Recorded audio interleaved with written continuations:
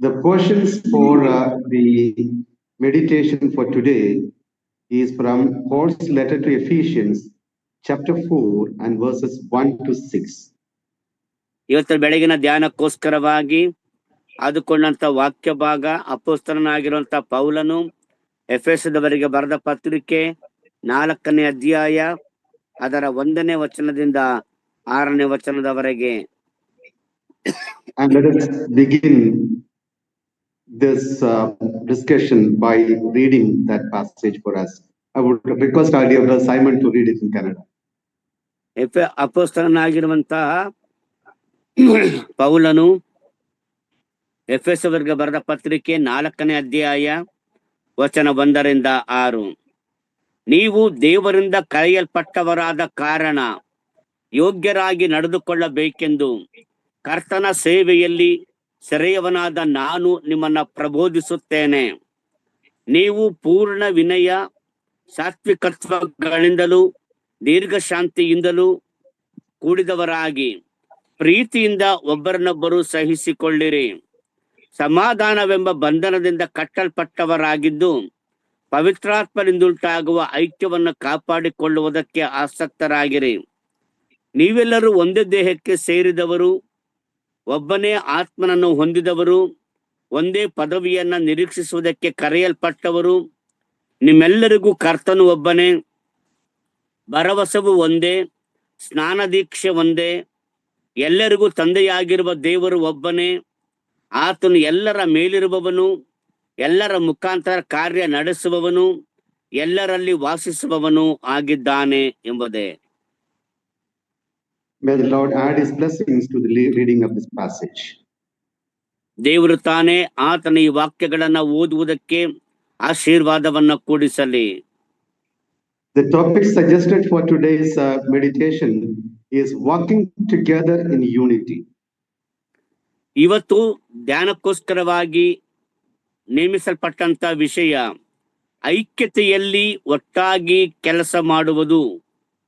And I believe that that is a very relevant topic for us to discuss at this point as we celebrate 200 years of God's faithfulness.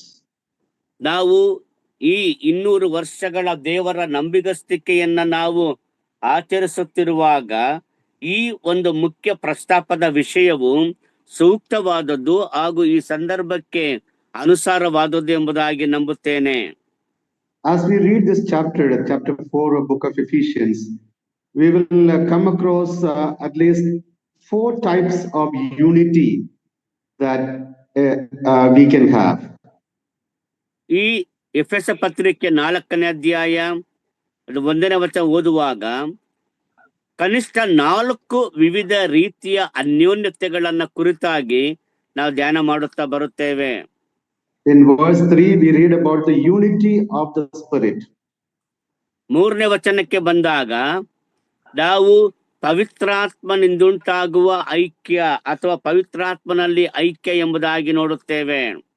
In verse 13 we read about the unity of faith. 13ನೇ ವಚನಕ್ಕೆ ಬಂದಾಗ ನಾವು ಅಲ್ಲಿ ನಂಬಿಕೆಯ ಐಕ್ಯತೆ ಎಂಬುದಾಗಿ ನೋಡುತ್ತೇವೆ. Verse 16 talks about unity in Christ. 16ನೇ ವಚನಕ್ಕೆ ಬಂದಾಗ ಕ್ರಿಸ್ತನೊಂದಿಗೆ ಐಕ್ಯತೆ ಎಂಬುದಾಗಿ ನೋಡುತ್ತೇವೆ. And those of you who read Kannada Bible, you have in verse 16 the unity of love. 16ನೇ ವಚನಕ್ಕೆ ಬಂದಾಗ ಪ್ರೀತಿಯಿಂದ ಐಕ್ಯವಾಗಿದ್ದು ಎಂಬುದಾಗಿದೆ. ಅಂದ್ರೆ ಪ್ರೀತಿಯಲ್ಲಿ ಐಕ್ಯತೆ. I do not know why that point is missed in English language, but it is there in the Kannada that we should be united in love. ನೋಡುವಾಗ Kannada Bible ನಲ್ಲಿ ಆ ಪದವಿದೆ, ಆದ್ರೆ ಇಂಗ್ಲಿಷ್ ನಲ್ಲಿ ಅದು ಇಲ್ಲ. ಗೊತ್ತಿಲ್ಲ ಯಾಕೆ ಅದು ಇಂಗ್ಲಿಷ್ ನಲ್ಲಿ ಕಾಣದೆ ಹೋಗಿದೆ ಎಂಬುದಾಗಿ. ಆದ್ರೆ ಪ್ರೀತಿಯಲ್ಲಿ ಐಕ್ಯತೆ, ಪ್ರೀತಿಯಿಂದ ಐಕ್ಯತೆ ಬಹಳ ಪ್ರಾಮುಖ್ಯವಾದ ಒಂದು ಅಂಶ.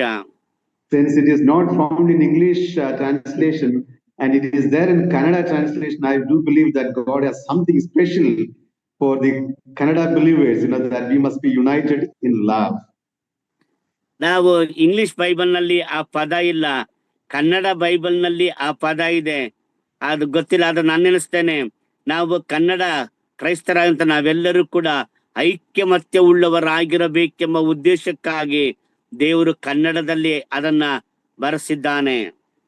So I will be talking on the topic of working together in unity this morning. ಬೆಳಗ್ಗೆ ಐಕ್ಯತೆಯಲ್ಲಿ ನಾವೆಲ್ಲರೂ ಒಟ್ಟಾಗಿ ಕಾರ್ಯ ಮಾಡುವುದು ಎಂಬುದರ ವಿಷಯವಾಗಿ ಮಾತನಾಡುತ್ತೇನೆ. Beginning, I explain from the God's point of view. ನಾನು ಮೊದಲನೇದಾಗಿ ದೇವರ ದೃಷ್ಟಿಕೋನದಲ್ಲಿ ಈ ವಿಷಯವನ್ನ ಪ್ರಸ್ತಾಪಿಸ್ತೇನೆ.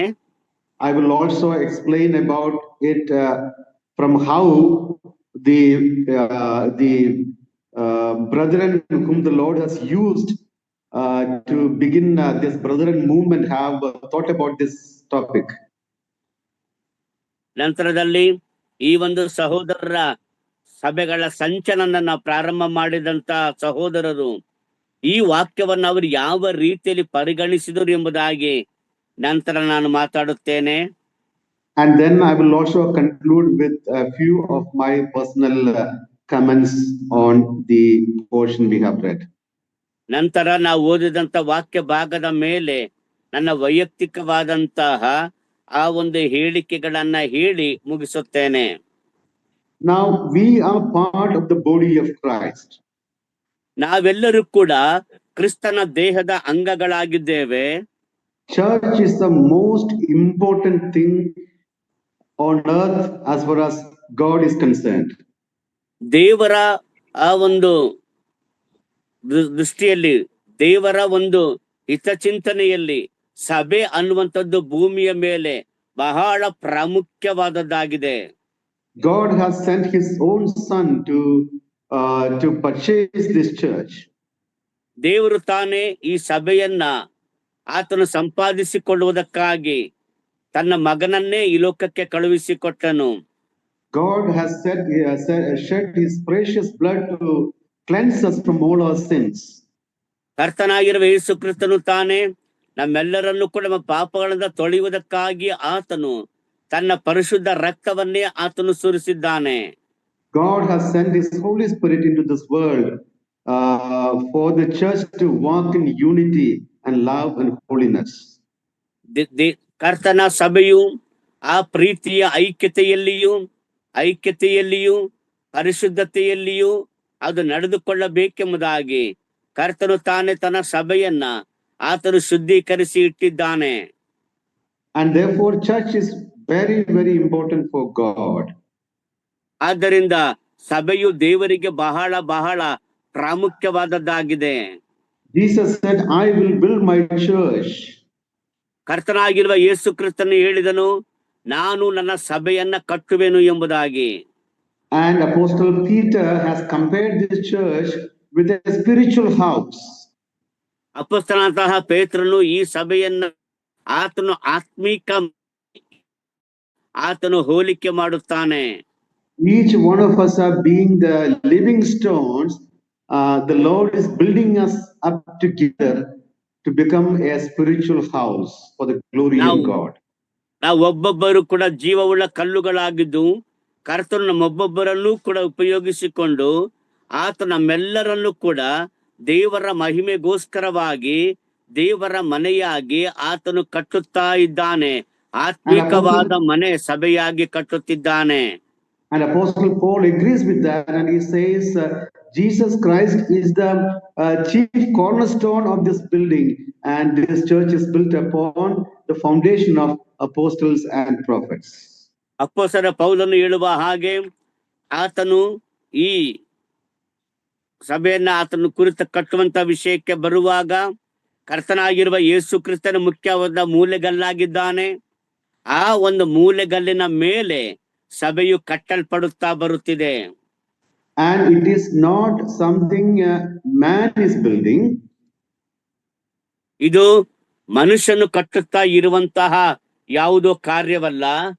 It is something God is building. ಇದು ದೇವರು ತಾನೇ ಕಟ್ಟುತ್ತಾ ಇರುವಂತಹ ಒಂದು ಕಾರ್ಯ. According to Acts chapter 2 and verse 47, the Lord continues to add to the church those that are to be saved. ಅಪೊಸ್ತಲ ಕೃತ್ಯಗಳ ಪುಸ್ತಕ 2ನೇ ಅಧ್ಯಾಯ 47ನೇ ವಚನದ ದೇವರ ವಾಕ್ಯ ಹೇಳುತ್ತದೆ, ಕರ್ತನು ತಾನೇ ರಕ್ಷಣೆಯ ಮಾರ್ಗದಲ್ಲಿರುವವರನ್ನು ದಿನಾಲು ಆ ಮಂಡಳಿಗೆ ಸೇರಿಸುತ್ತಿದ್ದನು ಎಂಬುದಾಗಿ ನಾವು ಓದುತ್ತೇವೆ. So adding a stone to the building or adding a soul to the body of Christ is the work of our Lord himself. ಈ ರೀತಿಯಾಗಿ ಆ ಆತ್ಮಗಳನ್ನ ಸಭೆಗೆ ಸೇರಿಸುವುದು, ಆ ಒಂದೊಂದು ಆತ್ಮಗಳನ್ನು ಕೂಡ ಸಭೆಯಲ್ಲಿ ಕೂಡಿಸಿಡುವುದು, ಅದು ಕರ್ತನು ಮಾಡುವಂತಹ ಕಾರ್ಯವಾಗಿದೆ.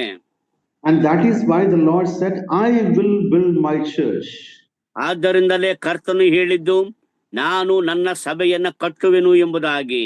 He is the chief architect and builder of this church. ಕರ್ತನು ತಾನೇ ತನ್ನ ಸಭೆಯನ್ನ ಕಟ್ಟುವುದಕ್ಕೆ ಮುಖ್ಯವಾದಂತಹ ಎಂಜಿನಿಯರ್ ಆಗಿದ್ದಾನೆ, ಹಾಗೆಯೇ ವಿನ್ಯಾಸಗಾರನು ಆತನೇ ಆಗಿದ್ದಾನೆ.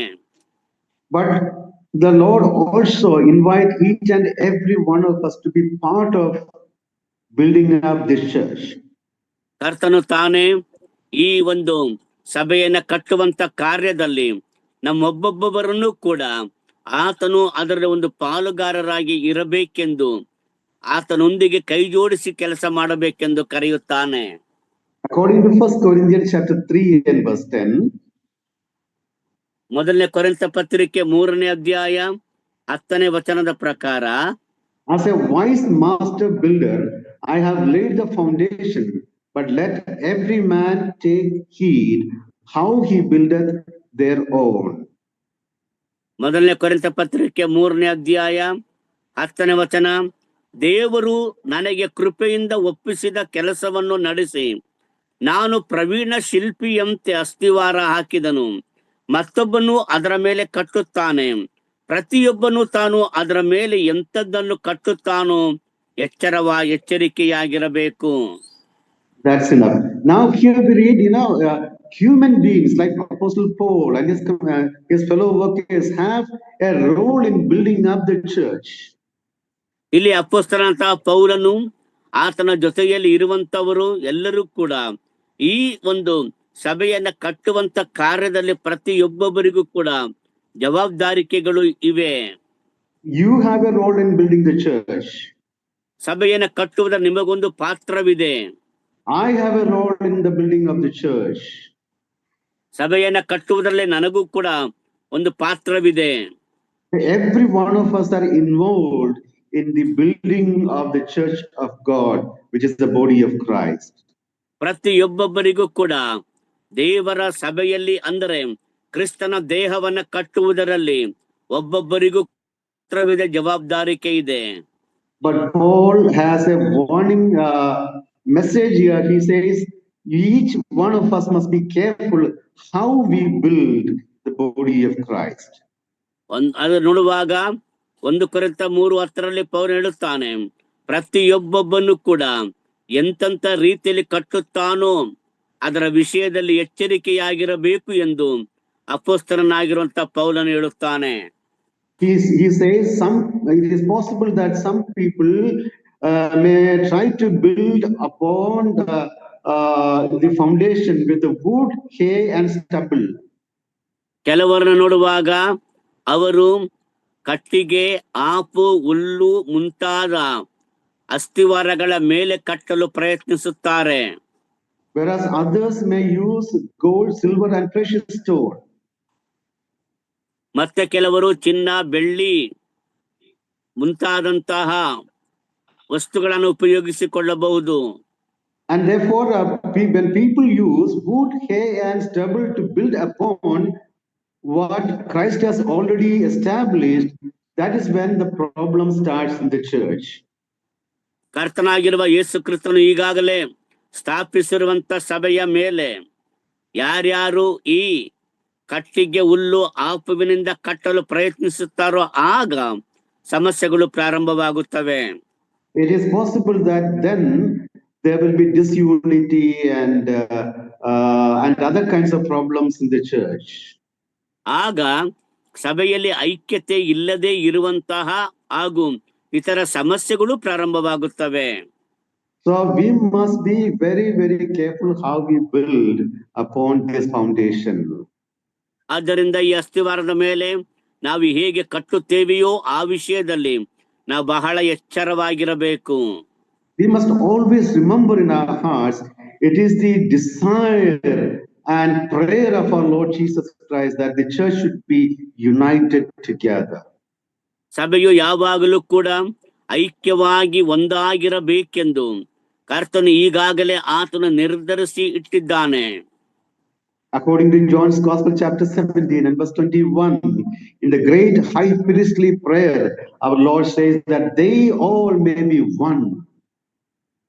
ಯೋಹಾನನು ಬರೆದ ಸುವಾರ್ತೆ 17ನೇ ಅಧ್ಯಾಯ ಅದರ 21ನೇ ವಚನಕ್ಕೆ ಬಂದಾಗ ಅಲ್ಲಿ ಕರ್ತನಾಗಿರುವಂತ ಯೇಸು ಕ್ರಿಸ್ತನು ಹೇಳಿದ ಹಾಗೆ, ನೀನು ನನ್ನನ್ನು ಕಳುಹಿಸಿ ಕೊಟ್ಟಿದ್ದಿ ಎಂದು ಲೋಕವು ನಂಬುವುದಕ್ಕಾಗಿ ಜನರೆಲ್ಲರೂ ಒಂದಾಗಿರಬೇಕೆಂತಲೂ ಅವರೆಲ್ಲರೂ ಒಂದಾಗಿರಬೇಕೆಂತಲೂ ತಂದೆಯೇ, ನೀನು ನನ್ನಲ್ಲಿಯೂ ನಾನು ನಿನ್ನಲ್ಲಿ ಇರುವ ಪ್ರಕಾರ ಅವರು ನಮ್ಮಲ್ಲಿ ಇರಬೇಕೆಂತಲೂ ಕೇಳಿಕೊಳ್ಳುತ್ತೇನೆ. And the Lord says, in the same unity that is there between God and the Son must be there in all those who believe and be saved. ತಂದೆ ಮತ್ತು ಮಗನಲ್ಲಿ ಇರುವಂತಹ ಆ ಒಂದು ಐಕ್ಯತೆ, ಒಂದಾಗಿರುವ ಆ ಒಂದು ಮನಸ್ಸು ಆತನಲ್ಲಿ ನಂಬಿಕೆ ಇಟ್ಟಂತ ಆತನ ಎಲ್ಲಾ ಮಕ್ಕಳಲ್ಲಿಯೂ ಕೂಡ ಇರಬೇಕೆಂತಲೂ ಅವರೆಲ್ಲರೂ ಕೂಡ ಒಂದಾಗಿರಬೇಕೆಂತಲೂ ಕರ್ತನು ಬಯಸುತ್ತಾನೆ. We are also very familiar with Psalm number 133 and verse 1, where God says how good and pleasant it is for the people of God to be together. ಹಾಗೆ ನಾವೆಲ್ಲರೂ ಕೂಡ ಚಿರಪರಿಚಿತವಾಗಿರುವಂತ ಒಂದು ವಾಕ್ಯ, ಕೀರ್ತನೆಗಳ ಪುಸ್ತಕ 133ನೇ ಕೀರ್ತನೆ 1ನೇ ವಚನ, ಆಹಾ ಸಹೋದರರು ಒಂದಾಗಿರುವುದು ಎಷ್ಟೋ ಒಳ್ಳೆಯದು, ಎಷ್ಟೋ ರಮ್ಯವಾದುದು ಎಂಬುದಾಗಿ ಓದುತ್ತೇವೆ. Our God says that unity among the brethren is so good and so pleasant. ಆ ಸಹೋದರರಲ್ಲಿ ಇರುವಂತಹ ಐಕ್ಯತೆ ಅಥವಾ ಅನ್ಯೋನ್ಯತೆಯು ಎಷ್ಟೋ ಒಳ್ಳೆಯದು, ಹಾಗೆಯೇ ಎಷ್ಟೋ ಆಶೀರ್ವಾದಕರವಾದದ್ದು ಆಗಿದೆ. When Paul writes to the believers in Philippi, he says in chapter 2 and verse 2, being of the same mind, having the same love, being in full accord. ಅದನ್ನ ಕುರಿತಾಗಿಯೇ ಅಪೊಸ್ತಲನಾಗಿರುವಂತ ಪೌಲನು ಆತನು ಫಿಲಿಪಿಯವರಿಗೆ ಪತ್ರಿಕೆಯನ್ನ ಬರೆಯುವಾಗ ಫಿಲಿಪಿ ಪತ್ರಿಕೆ 2ನೇ ಅಧ್ಯಾಯ 2ನೇ ವಚನದಲ್ಲಿ ಆತನು ಹೇಳುತ್ತಾನೆ, ಕ್ರಿಸ್ತನಿಂದ ಉತ್ತೇಜನ, ಪ್ರೀತಿಯ ಪ್ರೇರಣೆ, ಪವಿತ್ರಾತ್ಮನ ಅನ್ಯೋನ್ಯತೆ, ಕಾರುಣ್ಯ, ದಯಾರಸಗಳು ಉಂಟಾಗುವುದಾದರೆ ಐಕಮತ್ಯ ಉಳ್ಳವರಾಗಿದ್ದು ನನ್ನ ಸಂತೋಷವನ್ನ ಪರಿಪೂರ್ಣ ಮಾಡಿರಿ ಎಂಬುದಾಗಿ ಪೌಲನು ಬರೆಯುತ್ತಾನೆ. In all the scripture portions we have referred this morning, talks about one thing, that every believer every church or every one of us are united together in the body of Christ. ಈಗ ಓದಿದಂತ ಈ ಎಲ್ಲ ವಾಕ್ಯಗಳಲ್ಲಿ ನಾವು ಕಂಡುಕೊಂಡಂತ ಒಂದು ಸಾಮಾನ್ಯವಾದಂತ ಸಂಗತಿ ಏನೆಂದರೆ, ಎಲ್ಲಾ ಕ್ರೈಸ್ತರು ಕ್ರಿಸ್ತನ ದೇಹವಾಗಿರುವ ಸಭೆ ಐಕ್ಯತೆಯಿಂದ ಕೂಡಿರಬೇಕು, ಐಕಮತ್ಯ ಉಳ್ಳದ್ದಾಗಿರಬೇಕೆಂಬುದೇ ಅದರ ಉದ್ದೇಶ. And that is something God really likes about the church. ಅದೇ ಸಭೆಯ ನಿಜವಾದ ಜೀವನ ಎಂಬುದಾಗಿ ಕರೆಯಲ್ಪಡುತ್ತದೆ, ನಾವು ಅರ್ಥ ಮಾಡಿಕೊಳ್ಳುತ್ತೇವೆ. But we see that, there are occasions of disunity and disharmony and divisions and difference of opinions among the believers. ಆದರೆ ವಿಶ್ವಾಸಿಗಳ ನಡುವೆ ನೋಡುವಾಗ ಐಕ್ಯತೆ ಇಲ್ಲದೆ ಇರುವಂತದ್ದು, ಐಕಮತ್ಯ ಇಲ್ಲದೆ ಇರುವಂತದ್ದು, ಭಿನ್ನಾಭಿಪ್ರಾಯಗಳು, ತಪ್ಪು ಅಭಿಪ್ರಾಯಗಳು, ಭಿನ್ನತೆಯ ಆಲೋಚನೆಗಳು, ಹೀಗೆ ಎಲ್ಲವೂ ಕೂಡ ಒಂದು ರೀತಿಯಲ್ಲಿ ಬೇರೆ ಬೇರೆಯಾಗಿಯೇ ಇರುವಂತ ಸ್ಥಿತಿಯನ್ನ ಕಾಣುತ್ತೇವೆ. And we know that it is not something God wants us to do, and the author of confusion is always Satan, not God. ಆದ್ರೆ ಈ ವಾಕ್ಯದ ಪ್ರಕಾರ ನೋಡುವಾಗ ಆ ರೀತಿಯಾದಂತ ಐಕ್ಯತೆ ಇಲ್ಲದಂತೆ ಮಾಡುವುದು, ಭಿನ್ನಾಭಿಪ್ರಾಯಗಳನ್ನ ತಂದೊಡ್ಡುವುದು, ಹಾಗೂ ವಿಶ್ವಾಸಿಗಳನ್ನ ಇದೆಲ್ಲವೂ ಕೂಡ ಎಫೆಸ ಪತ್ರಿಕೆ ಹೇಳುವ ಹಾಗೆ ದೇವರ ಕಾರ್ಯವಲ್ಲ, ಸೈತಾನನು ಮಾಡುವಂತ ಕಾರ್ಯಗಳಾಗಿವೆ. It is unfortunate that even when we search the history of the Brethren movements, we see there were occasions of disunity, there were occasions of divisions at the very beginning. ನಾವು ಸಹೋದರ ಸಭೆಯ ಇತಿಹಾಸವನ್ನ ಕಲಿಯುವಾಗಲೂ ಕೂಡ ನಾವು ಅನೇಕ ಸಂದರ್ಭಗಳಲ್ಲಿ ಸಭೆಯಲ್ಲಿ ಆ ಸಭಾ ಚರಿತ್ರೆ ನೋಡುವಾಗ ಅನ್ಯೋನ್ಯತೆ ಇಲ್ಲದೆ ಇರುವಂತಹ ಸಂದರ್ಭಗಳು, ಭಿನ್ನಾಭಿಪ್ರಾಯಗಳ ಸಂದರ್ಭಗಳು ಅನೇಕ ಸಂದರ್ಭಗಳಲ್ಲಿ ಬಂದಿದ್ದವು ಎಂಬುದಾಗಿ ನೋಡುತ್ತೇವೆ. When God starts something beautiful and so wonderful, we can understand that Satan is not happy about it, and he will cause problems from every corner to refute or to cause failure for the plans and purposes of God. ದೇವರು ಎಲ್ಲವನ್ನು ಕೂಡ ತನ್ನ ಯೋಚನೆಯಂತೆ ಸುಂದರವಾಗಿ ಆತನು ಮಾಡಿದ್ದಾನೆ. ಎಲ್ಲವನ್ನು ಕೂಡ ಅದ್ಭುತವಾದ ರೀತಿಯಲ್ಲಿಯೇ ಆತ ನಿರ್ಮಿಸಿದ್ದಾನೆ, ಸಂತೋಷಕರವಾಗಿಟ್ಟಿದ್ದಾನೆ. ಆದರೆ ಇದು ಸೈತಾನನಿಗೆ ಇಷ್ಟವಿಲ್ಲ. ಆದ್ದರಿಂದಲೇ ದೇವರು ಸಂತೋಷವಾಗಿ ಅದ್ಭುತವಾಗಿ ಇಟ್ಟಂತ ಈ ಎಲ್ಲಾ ಕಾರ್ಯಗಳಲ್ಲಿ ಆತನ ಸಮಸ್ಯೆಯನ್ನು ಉಂಟು ಮಾಡಿ ಐಕ್ಯತೆಯನ್ನು ಒಡೆದು ಹಾಕಬೇಕೆಂದೇ ಸೈತಾನನು ಕಾರ್ಯ ಮಾಡುತ್ತಾನೆ. When we think about the brethren movements, immediately we will remember one person in our minds. ಯಾವಾಗ ನಾವು ಈ ಸಹೋದರರ ಸಭೆಯನ್ನ ಕುರಿತಾಗಿ ಆಲೋಚನೆ ಮಾಡುತ್ತೇವೆಯೋ ಆಗ ನಾವು ಒಬ್ಬ ವ್ಯಕ್ತಿಯನ್ನ ನಾವೆಲ್ಲರೂ ಕೂಡ ಜ್ಞಾಪಕ ಮಾಡಿಕೊಳ್ಳುತ್ತೇವೆ. It is none other than J.N. Darby, who is known as whose name is John Nelson Darby. ಬೇರೆ ಯಾರು ಅಲ್ಲ, ಅದು J.N. ಡಾರ್ಬಿ ಅಥವಾ ಜಾನ್ ನೆಲ್ಸನ್ ಡಾರ್ಬಿ ಅನ್ನುವಂತಹ ಭಕ್ತನು. He was a priest in an Anglican church. J.N. ಡಾರ್ಬಿ ಅವರು ಆಂಗ್ಲಿಕನ್ ಸಭೆಯಲ್ಲಿ ಅವರು ಯಾಜಕ ಸೇವೆಯನ್ನು ಮಾಡುತ್ತಾ ಇದ್ದವರು. And in 1827 he has written a pamphlet. 1827ರಲ್ಲಿ ಅವರು ಒಂದು ಕರಪತ್ರವನ್ನ ಬರೆಯುತ್ತಾರೆ. The title of that tract or pamphlet was The Nature and Unity of the Church of Christ. ಅವರು ಬರೆದಂತ ಕರಪತ್ರದ ಮುಖ್ಯವಾದಂತಹ ವಿಷಯ ಪ್ರಸ್ತಾಪ ಸಭೆಯ ಐಕ್ಯತೆ ಮತ್ತು ಅನ್ಯೋನ್ಯತೆಯ ಲಕ್ಷಣಗಳು. This was written in 1827 and published in 1828. 1827ರಲ್ಲಿ ಅದನ್ನ ಬರೆದರು. 1828ರಲ್ಲಿ ಅದನ್ನ ಮುದ್ರಿಸಿ ಪ್ರಕಟಿಸಲಾಯಿತು.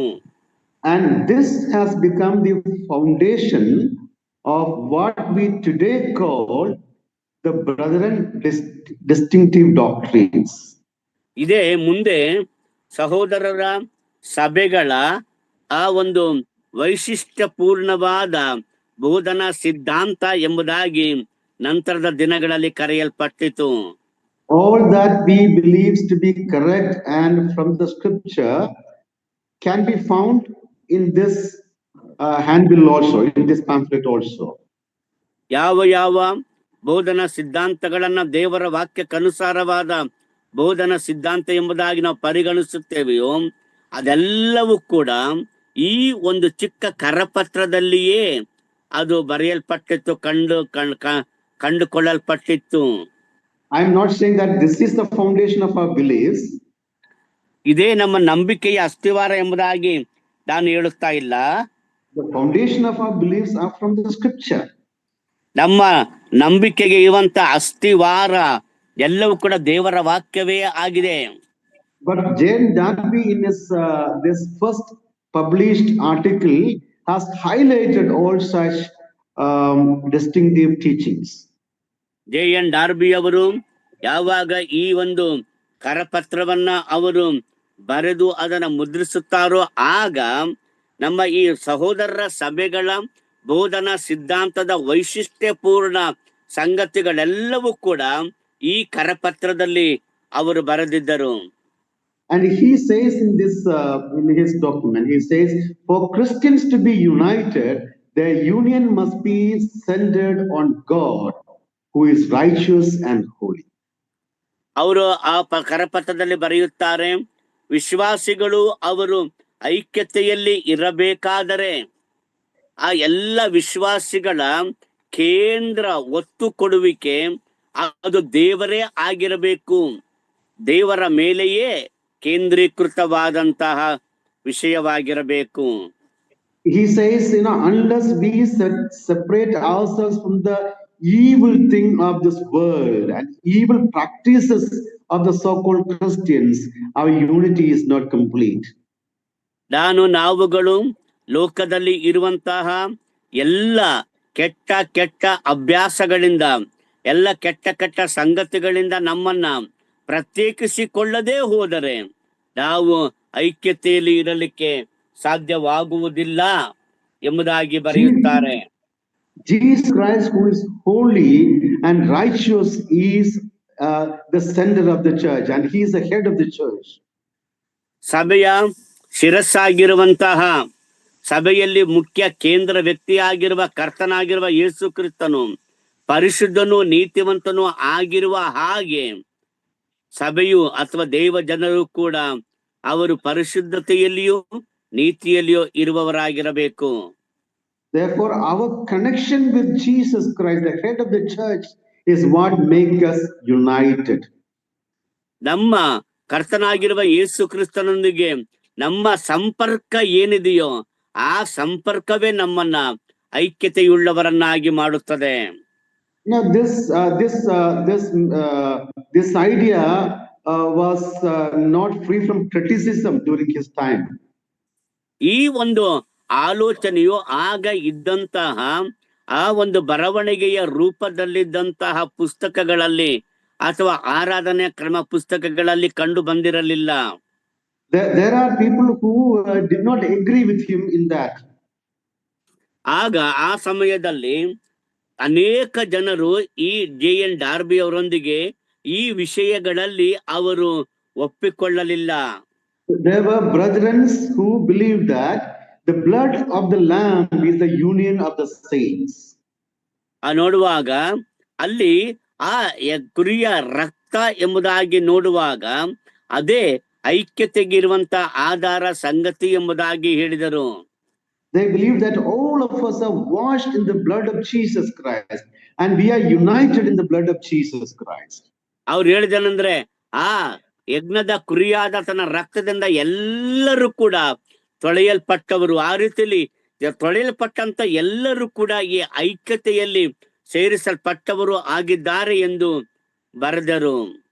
Since you are washed in the blood of Jesus Christ, since I am washed in the blood of Jesus Christ, we have fellowship with each other. ನೀವು ಕ್ರಿಸ್ತನ ರಕ್ತದಿಂದ ತೊಳೆಯಲ್ಪಟ್ಟಿದ್ದೀರಿ, ನಾನು ಸಹ ಕ್ರಿಸ್ತನ ರಕ್ತದಿಂದ ತೊಳೆಯಲ್ಪಟ್ಟಿದ್ದೇನೆ, ಆದ್ದರಿಂದಲೇ ನಮ್ಮ ನಡುವೆ ಆ ಐಕ್ಯತೆಯೂ ಇದೆ. But J.N. Darby has gone one step higher. He said, it is not the blood of Jesus Christ that unites us. ಒಂದು ಮಾತು ಮುಂದೆ ಹೋಗಿ ಈ ಜೆ.ಎನ್. ಡಾರ್ಬಿ ಹೇಳುತ್ತಾರೆ ಏನಂತಂದ್ರೆ, ನಮ್ಮನ್ನ ಒಂದಾಗಿಸುವಂತದ್ದು, ಐಕ್ಯತೆಗೆ ನಡೆಸುವಂತದ್ದು ಆ ಕ್ರಿಸ್ತನ ರಕ್ತ. We are saved. It is true that we are saved by the blood of Jesus Christ. ನಾವು ಕ್ರಿಸ್ತನ ರಕ್ತದಿಂದ ನಾವು ರಕ್ಷಿಸಲ್ಪಟ್ಟಿದ್ದೇವೆ ನಿಜ. But what unites us together is person of Jesus Christ, the holiness of Jesus Christ, the righteousness of Jesus Christ, our connection with our head. That is what unites us.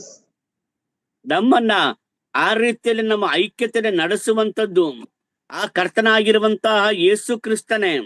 ಕರ್ತನಾಗಿರುವಂತ ಯೇಸು ಕ್ರಿಸ್ತನ ಪರಿಶುದ್ಧತೆ, ಕರ್ತನಾಗಿರುವ ಯೇಸು ಕ್ರಿಸ್ತನ ಆ ಒಂದು ಪರಿಶುದ್ಧತೆ, ಕರ್ತನಾಗಿರುವಂತ ಯೇಸು ಕ್ರಿಸ್ತನ ಈ ಶ್ರೇಷ್ಠತೆಗಳೇ ನಮ್ಮನ್ನ ಐಕ್ಯತೆಯುಳ್ಳವರನ್ನಾಗಿ ಮಾಡುತ್ತವೆ. What is the difference between these two? What is the difference between these two ideas? ಹಾಗಾದ್ರೆ ಈ ಎರಡು ಆಲೋಚನೆಗಳಲ್ಲಿ ಇರುವಂತ ವ್ಯತ್ಯಾಸವೇನು? The first one says we are all washed in the blood of Jesus Christ and therefore we can have fellowship, which means that any born again Christian, whether he is separated from the world or whether he is living in sin or anything, you say that you have fellowship with him, you are one with him. ಮೊದಲನೇ ಮಾತನ್ನು ನೋಡುವಾಗ ನಾವು ಒಬ್ಬ ವ್ಯಕ್ತಿಯು ಆತನು ಕರ್ತನಾಗಿರುವ ಯೇಸು ಕ್ರಿಸ್ತನ ರಕ್ತದಿಂದ ಆತನು ತೊಳೆಯಲ್ಪಟ್ಟಿದ್ದರೆ ಆತನು ಹೇಗೆ ಇರಲಿ, ಎಲ್ಲೇ ಇರಲಿ, ಪಾಪದಲ್ಲಿ ಇರಲಿ, ಎಲ್ಲೇ ಇರಲಿ, ಆತನು ಕರ್ತನಾಗಿರುವ ಯೇಸು ಕ್ರಿಸ್ತನೊಂದಿಗೆ ಆತನು ಅನ್ಯೋನ್ಯತೆಯನ್ನ ಪಡೆದವನಾಗುತ್ತಾನೆ. ಕ್ರಿಸ್ತನ ರಕ್ತದಿಂದ ತೊಳೆಯಲ್ಪಟ್ಟವರೆಲ್ಲರೂ ಕೂಡ ಆತನೊಂದಿಗೆ ಅನ್ಯೋನ್ಯತೆಯನ್ನ ಹೊಂದಿದವರು.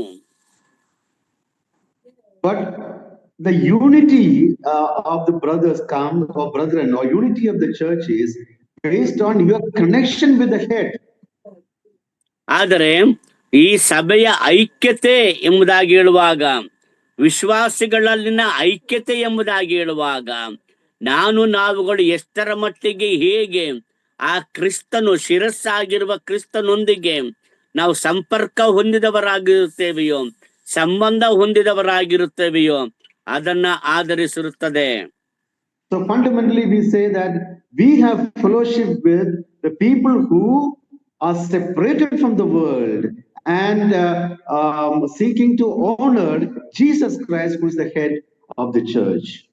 ಯಾವಾಗ ಈ ಒಂದು ಸಹೋದರರ ಸಭೆಗಳ ಸಂಚಲನ ಪ್ರಾರಂಭವಾಯಿತು, ಆಗ ಅವರೆಲ್ಲರೂ ಕೂಡ ಲೋಕದ ಇತರ ಕ್ರೈಸ್ತರೊಂದಿಗೆ ಪಂಗಡಗಳೊಂದಿಗೆ ತಮ್ಮನ್ನು ಪ್ರತ್ಯೇಕಿಸಿಕೊಂಡವರಾಗಿ ಶಿರಸ್ಸಾಗಿರುವ ಕ್ರಿಸ್ತನೊಂದಿಗೆ ನಾವು ಐಕ್ಯತೆಯುಳ್ಳವರು ಎಂಬುದಾಗಿ ಅವರು ಬರುತ್ತಾರೆ. And that relationship with Christ is the basis for our unity. ಆ ಕ್ರಿಸ್ತನೊಂದಿಗಿನ ಆ ಒಂದು ಸಂಬಂಧವೇ, ಸಂಪರ್ಕವೇ ನಮ್ಮ ಐಕ್ಯತೆಗೆ ಆಧಾರವಾಗಿರುತ್ತದೆ. There was another great man of God who was a companion of J.N. Darby. ಆ ದಿವಸಗಳಲ್ಲಿ J.N. ಡಾರ್ಬಿಯೊಂದಿಗೆ ಇದ್ದಂತಹ ಆತನ ಸಹಪಾಠಿ ಒಬ್ಬನಿದ್ದನು. His name is C.H. Mackintosh. ಅವರ ಹೆಸರು C.H. ಮ್ಯಾಕೆಂಟೋಶ್ ಎಂಬುದಾಗಿ. And he has written many articles, many books. ಅವರು ಅನೇಕ ಲೇಖನಗಳನ್ನ, ಅನೇಕ ಪುಸ್ತಕಗಳನ್ನ ಬರೆದಿದ್ದಾರೆ. He says about the unity of the church in this way. He says, truth first, unity if you can, but truth. ಅನ್ನುವಾಗ ಅವರು C.H. ಮ್ಯಾಕೆಂಟೋಶ್ ಬರೆಯುತ್ತಾರೆ, ಸತ್ಯ ಮೊದಲು, ಆ ಸತ್ಯದೊಂದಿಗೆ ಸೇರಿರುವುದೇ ಐಕ್ಯತೆ. If unity is attained by the sacrifice of truth, it cannot be the unity of the spirit. ಒಂದು ವೇಳೆ ಈ ಒಂದು ಐಕ್ಯತೆಯು ಸತ್ಯದ ಆ ಒಂದು ಯಜ್ಞದೊಂದಿಗೆ ಹೊಂದುವುದಾದರೆ ಅದು ನಿಜವಾದ ಐಕ್ಯತೆಯಾಗಿ ಉಳಿಯುವುದಿಲ್ಲ. ಸತ್ಯವನ್ನ ಬಲಿ ಕೊಟ್ಟು ಐಕ್ಯತೆಯನ್ನ ಸ್ಥಾಪಿಸಲಾಗುವುದಿಲ್ಲ. And he also says, if we do not gather with God, he says we must scatter or disperse. ನೋಡುವಾಗ ನಾವು ದೇವರಿಂದ ನಾವು ಸೇರಿ ಬರುವಂತದ್ದು ಆತನೊಂದಿಗೆ ನಾವು ಒಂದಾಗಿರುವುದರಿಂದ ನಾವು ಸೇರಿ ಬರುವವರಾಗುತ್ತೇವೆ. So the central point of our unity is God and his truth. ನಮ್ಮ ಐಕ್ಯತೆಯ ಕೇಂದ್ರ ವಿಷಯ ದೇವರು ಮತ್ತು ದೇವರ ಸತ್ಯವೇ ಆಗಿದೆ. So our relationship with God, the way we treat the world outside, whether we are separated from the world, whether we still live in evil or sins, is a question that we must ask. ನಾವು ಹೇಗೆ ಜೀವಿಸ್ತಾ ಇದ್ದೇವೆ? ನಾವು ಪಾಪದಲ್ಲಿ ಜೀವಿಸ್ತಾ ಇದ್ದೇವಾ? ಲೋಕದಲ್ಲಿ ಜೀವಿಸ್ತಾ ಇದ್ದೇವೆಯಾ?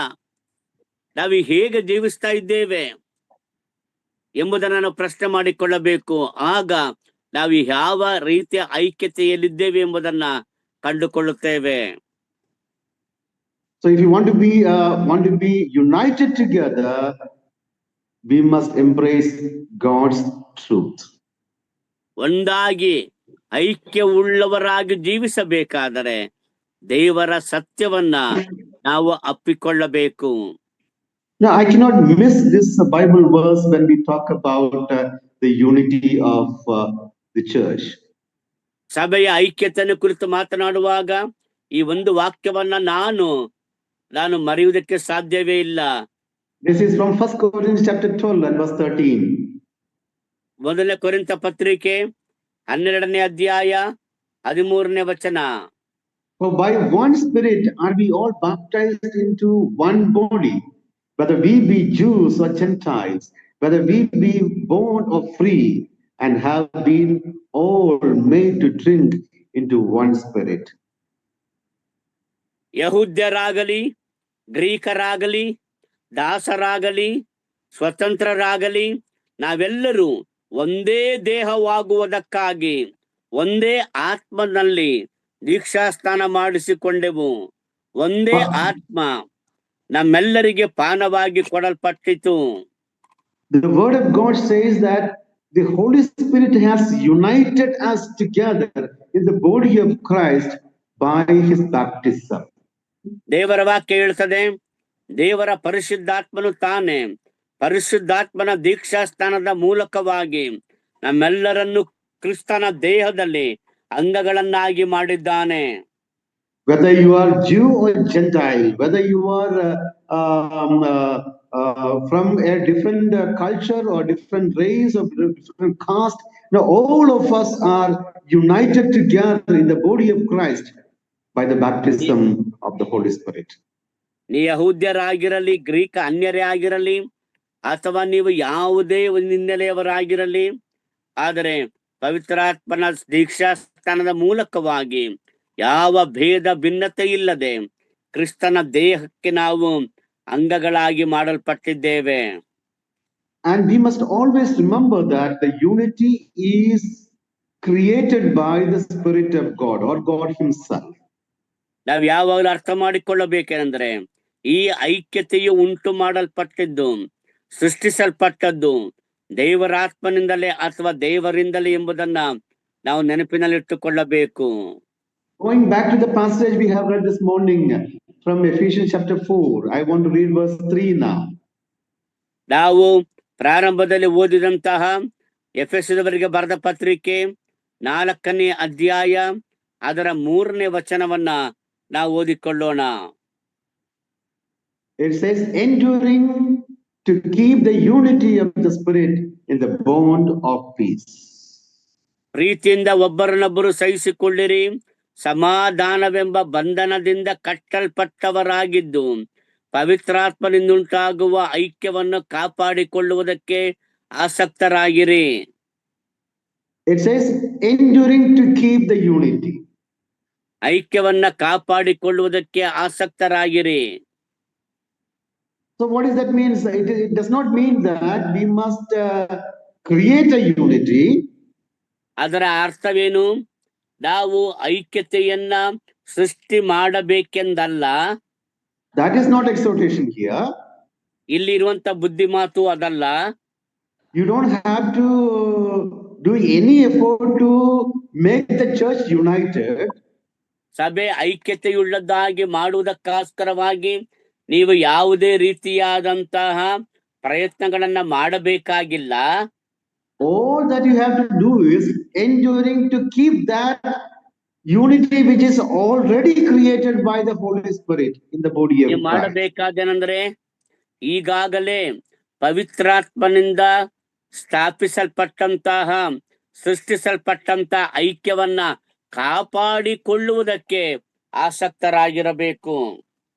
Unity is already there. We need to only acknowledge that and honor the truth that there is unity in the church which is created by God the Holy Spirit.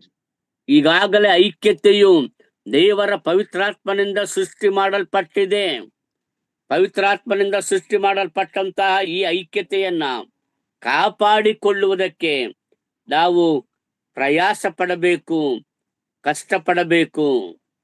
No matter how you take your best effort to keep the church in unity, it will not happen because you cannot create a unity in the church.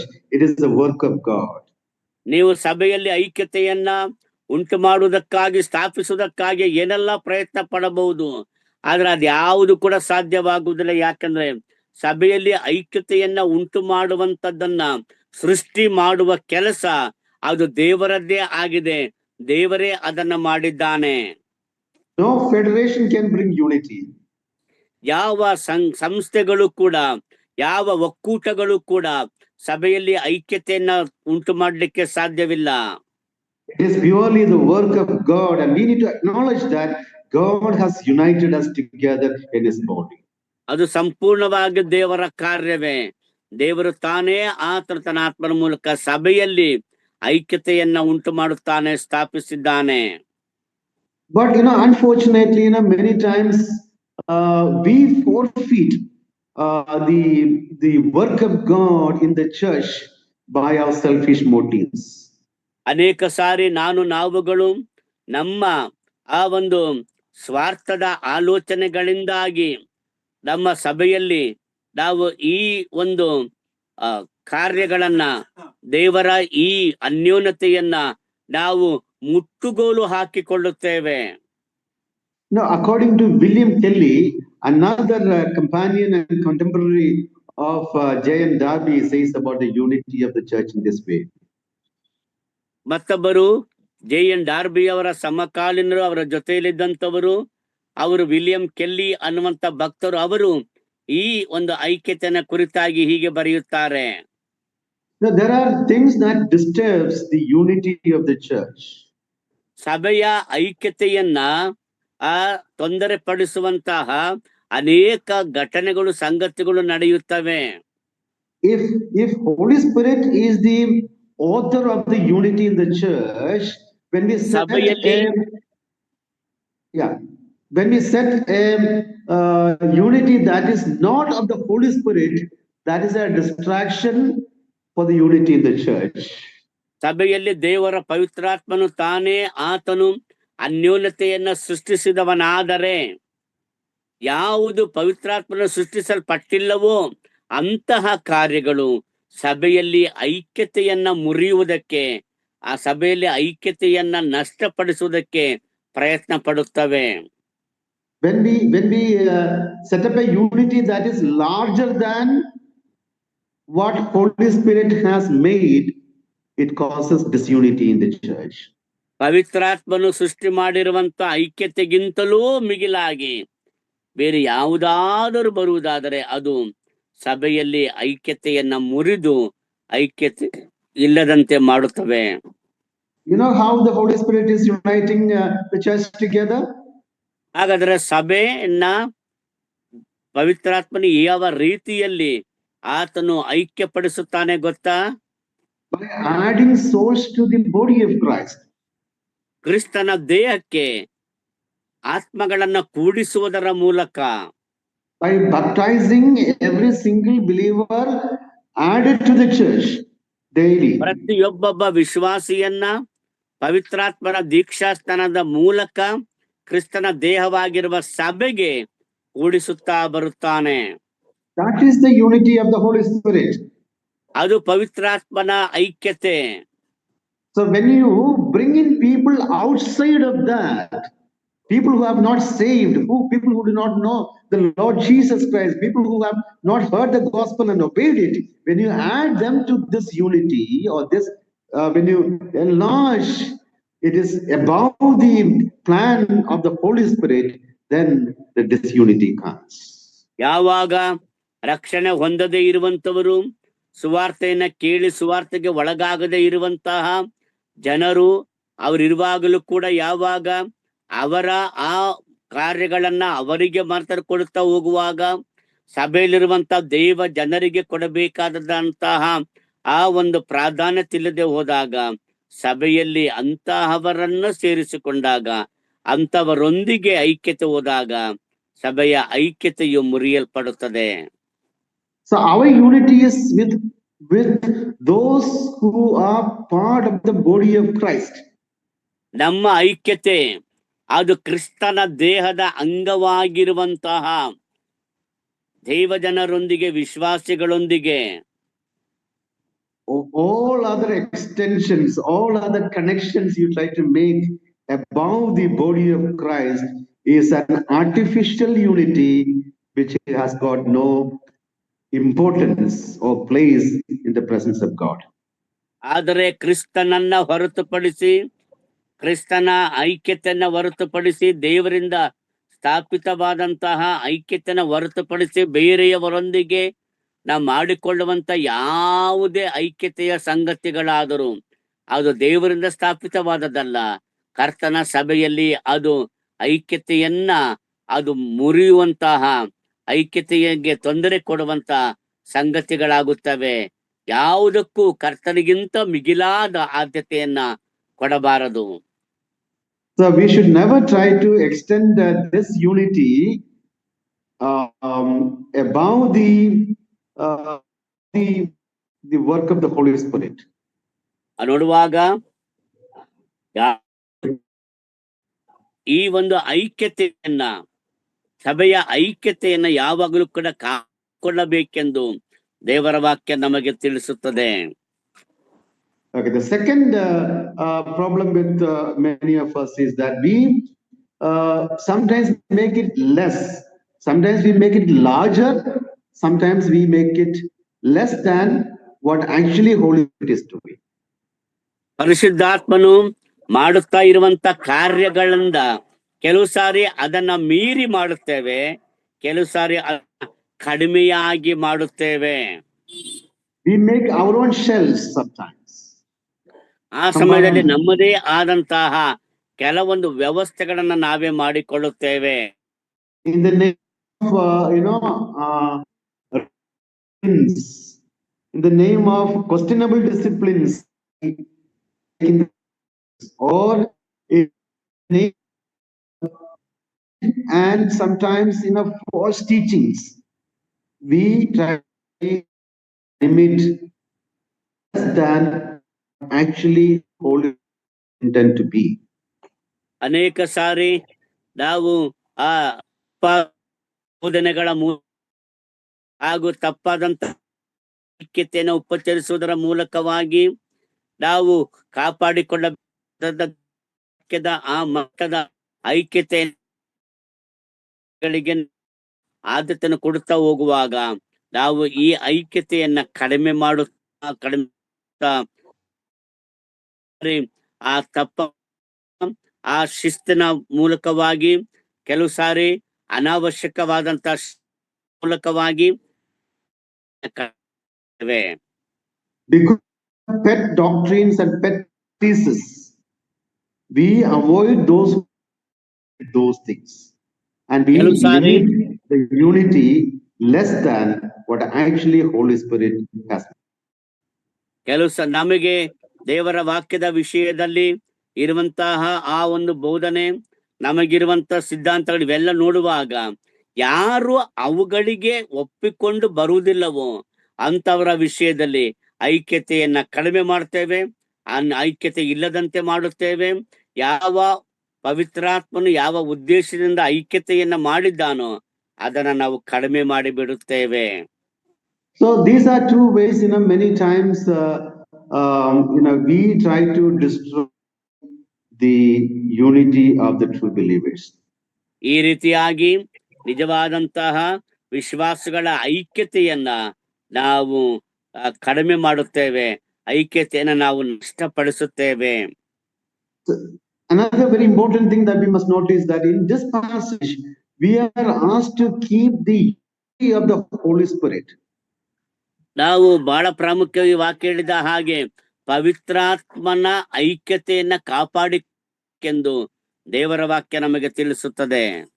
Paul is not asking us to keep the unity of the church.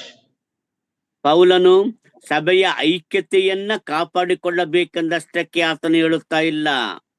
He is not asking you to endeavor all the church together.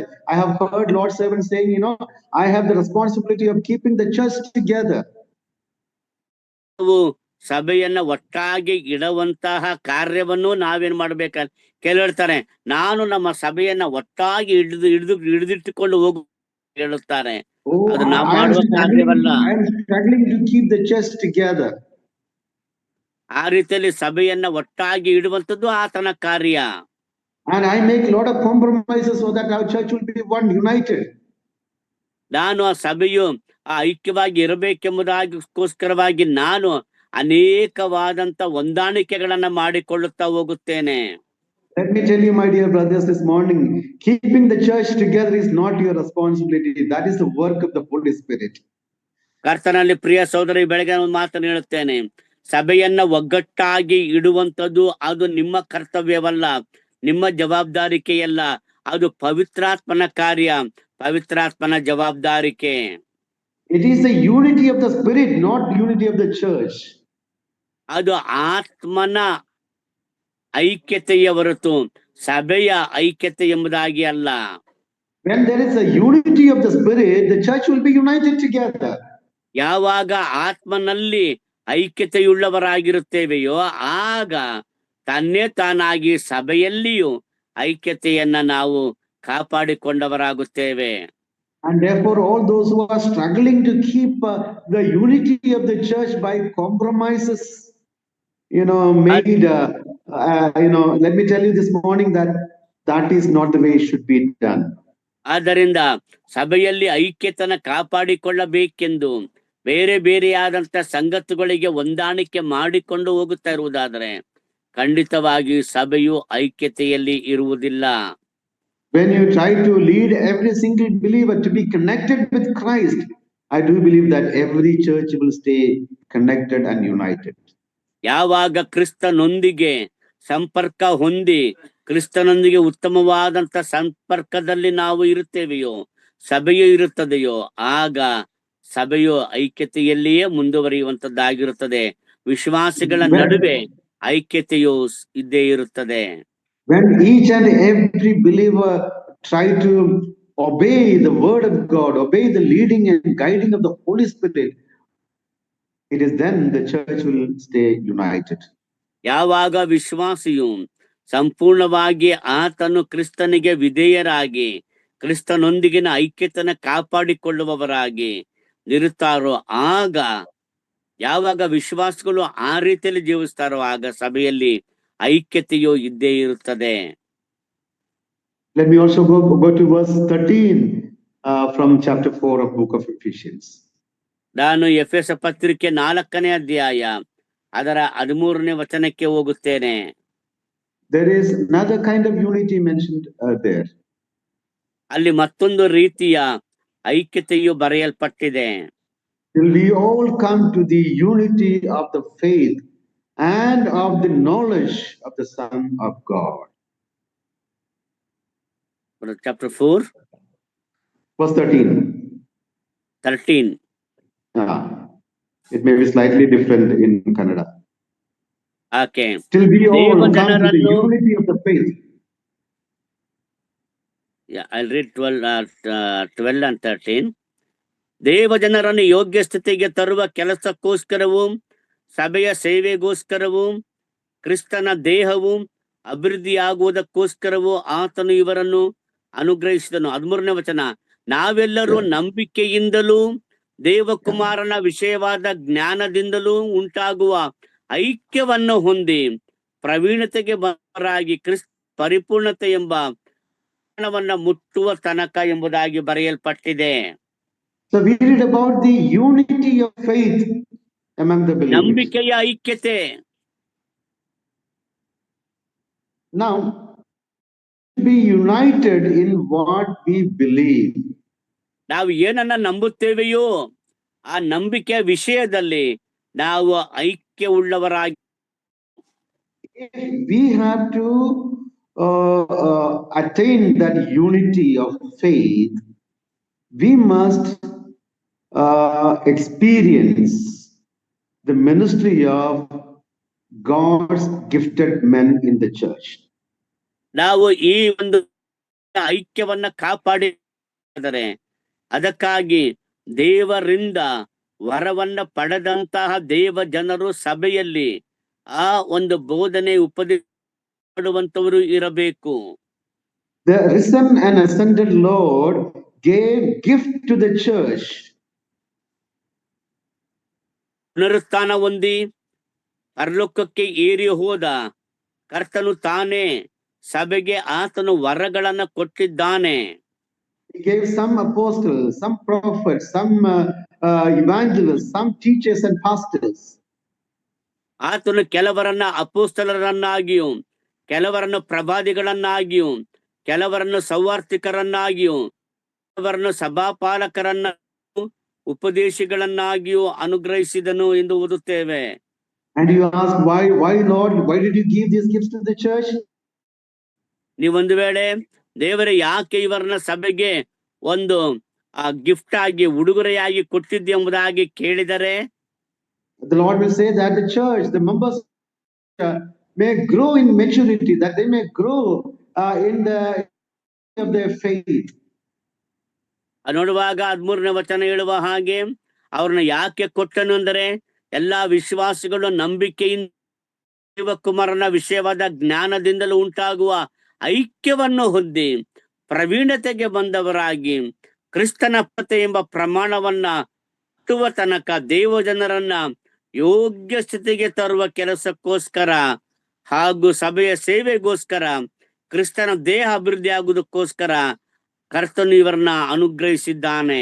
Gifted evangelists, gifted teachers, gifted pastors, their ministry is to bring this uniformity in faith or unity in faith in the church by their teaching. ವರವುಳ್ಳ ಸಭೆಯ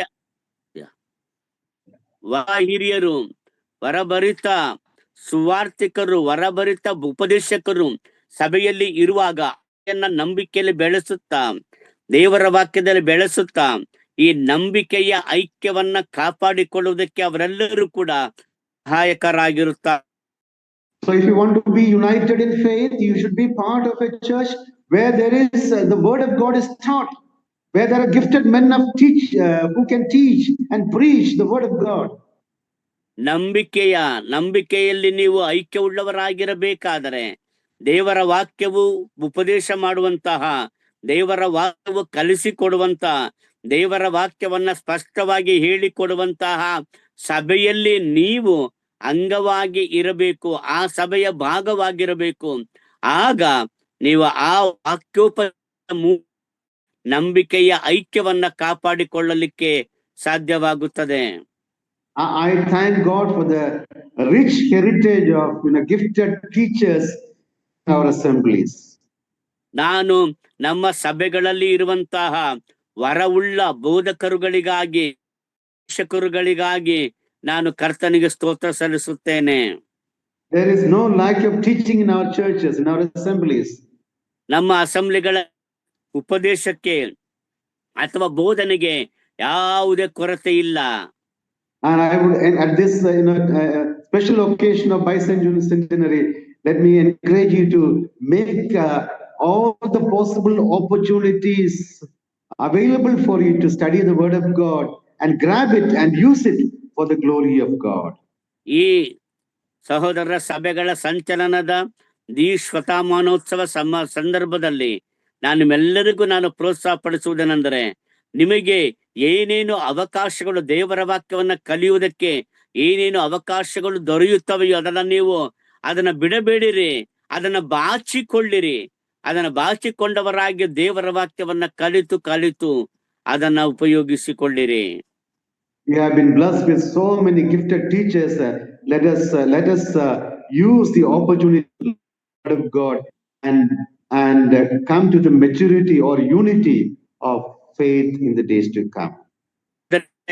ನಮ್ಮಲ್ಲಿ ಅನೇಕ ವರಭರಿತ ಬೋಧಕರು, ಉಪದೇಶಕರಿದ್ದಾರೆ. ಆದ್ದರಿಂದ ನಾವು ಅವರ ಮೂಲಕವಾಗಿ ದೇವರ ವಾಕ್ಯವನ್ನ ಕಲಿತು ಅದನ್ನ ಅಳವಡಿಸಿಕೊಂಡವರಾಗಿ ಮುಂಬರುವ ದಿನಗಳಲ್ಲಿ ನಾವು ಅದರ ಮೂಲಕವಾದಂತಹ ಆತ್ಮಿಕ ಪ್ರಯೋಜನವನ್ನ ಹೊಂದಿಕೊಳ್ಳೋಣ. I would also like to go to verse 16. Chapter 4, ನಾನು 16ನೇ 16. ವಚನಕ್ಕೆ ಹೋಗಲು ಬಯಸ್ತೇನೆ. It says, from whom the whole body joined and kept together by what every joint supplies. 4ನೇ ಅಧ್ಯಾಯ 16ನೇ ವಚನ.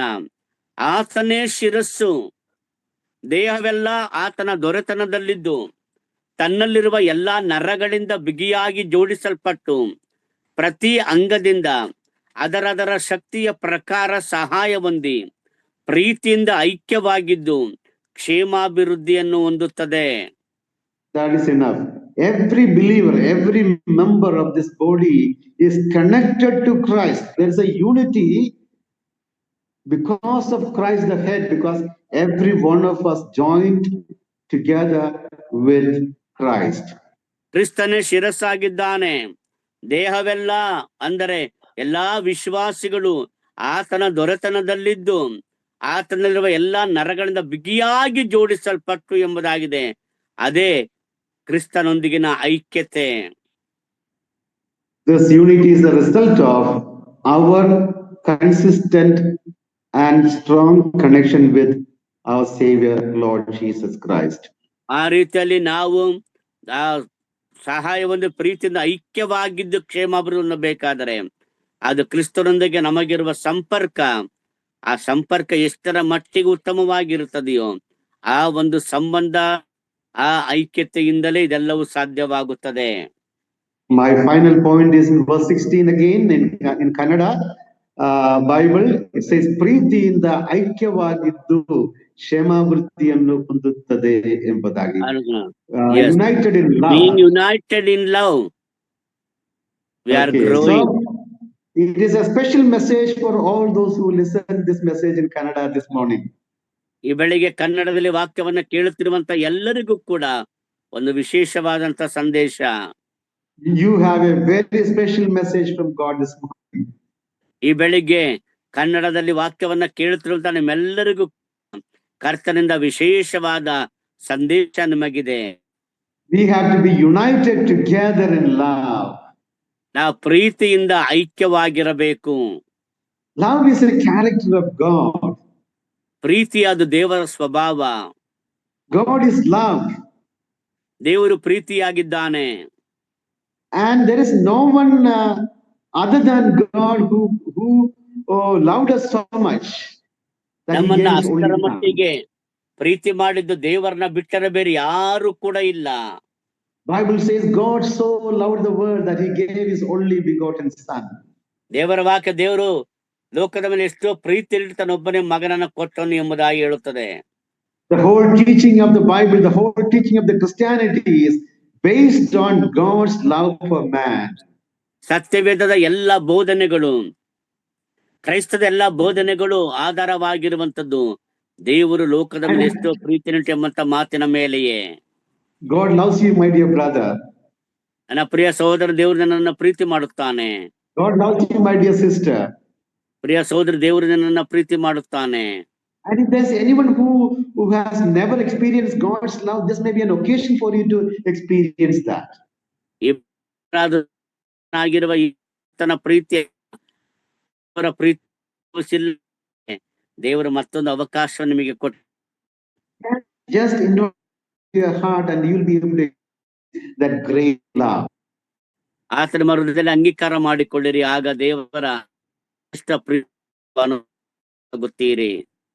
God loves you unconditionally.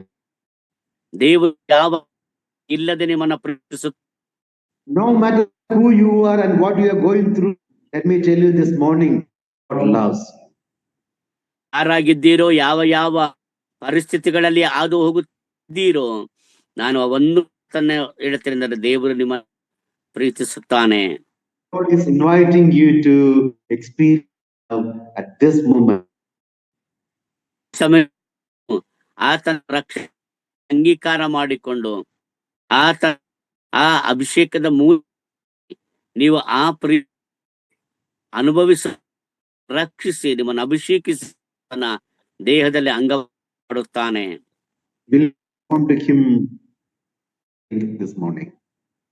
ಬೆಳಿಗ್ಗೆ ನಂಬಿಕೆಯಿಂದ ನಾವು ಆತನಿಗೆ ಪ್ರತಿಕ್ರಿಯೆ ಕೊಡೋಣ. But for all those who have believed and are the children, ಅವರಿಗಾಗಿ ಹೇಳುವುದಾದ in Ephesians chapter 5 verse 1 we have an exhortation. 5ನೇ ವಚನದಲ್ಲಿ ಬುದ್ಧಿ ಮಾತು ಹೇಳಲ್ಪಟ್ಟಿದೆ. Therefore be imitators of God as dear children.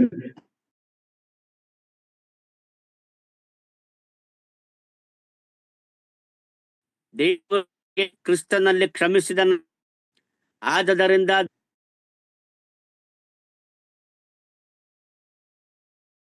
Giri. So you are to imitate God in His love. ದೇವರ ರೀತಿಯಲ್ಲಿ ದೇವರನ್ನ ಅನುಸರಿಸಿ ನೀವು ಕರೆಯಲ್ಪಟ್ಟಿದ್ದೀರಿ. So let us love each, take away all the anger, hate, and all such negative things from our hearts, and let us fill our hearts with the love of God. ನಮ್ಮಲ್ಲಿರುವ us- ಗಳನ್ನ ತೆಗೆದು ಹಾಕಿದವರಾಗಿ ಪ್ರೀತಿಯುಳ್ಳವರ ಆ ಪ್ರೀತಿಯಲ್ಲಿ ತೆಗೆಯೋಣ. ಅನುಸರಾಗೋ Let us be in. ಆಗಿರೋಣ. May the Lord bless one of all and one.